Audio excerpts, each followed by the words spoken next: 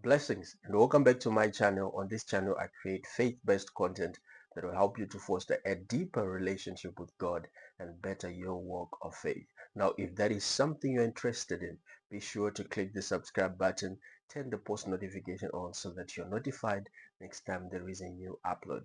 Now, in today's video, we're going to quickly talk about 5 signs that you have a weak spirit. And I'm going to read from the book of Luke quickly. Without wasting time, I'm going to read from the book of Luke chapter number 1 on verse 80. The Bible says, John grew up and became strong in spirit, which means you have to grow up as a child of God. You have to grow up as a Christian and become strong in spirit. So we have people who have a strong spirit and we have people who have a weak spirit. And getting into number one sign that you have a weak spirit, this is when you cannot pray for more than an hour. As a child of God, you ought to pray. As the Bible says, men ought to pray always and not faint, which means if you're not praying, you are fainting. But there is a standard for you as a child of God. And if you cannot pray for more than an hour, it shows that you have a weak spirit, which means you need to grow like John in the book of Luke. You need to grow and have a strong spirit. Sign number 2, when you forget your dreams. A lot of people, you dream dreams. Everybody dream dreams actually. There is no one who does not dream. Some people, it's just that when you wake up, you cannot remember your dreams. You are struggling to retrieve your dreams from the spirit to your soul. It's a sign that you have a weak spirit. So it goes along with prayer. The more you pray, the more you dream dreams. The more you dream dreams, the more you remember. Sign number 3 that you have a weak spirit. You always lie.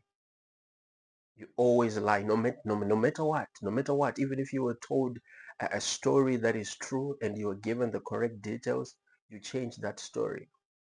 You love gossip. You enjoy gossip. But one thing about gossip and lies is that it cripples your spirit. And when you are somebody who lies, no matter how much you pray, no matter how long you pray, there is somebody who has more authority and control over your life than God. And we all know, according to the Bible, who is the father of lies, and that is the devil. So lies, they cripple your spirit. Even God says in his word that I hate lying lips.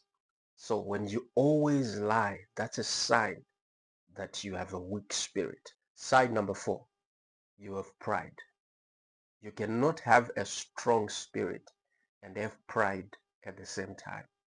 Even the Bible says God humbles the pride and he lifts the humble.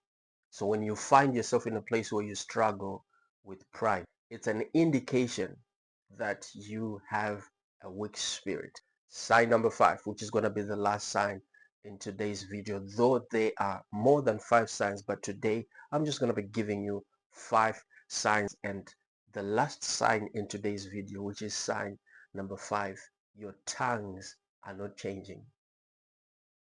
The day you got born again, the tongues that you were speaking when you started speaking in tongues, they are the same tongues that you are speaking even today. It shows one thing, that there is no growth in you. There is no growth in your spirit. Therefore, your spirit is weak. Your tongues have to change. As your level, your rank changes in the spirit, even your language has to change. Now imagine that from the time you got born again, the tongues you were speaking were ratatata, ebebelede. And even today you are still speaking rabababa, rebebebebe.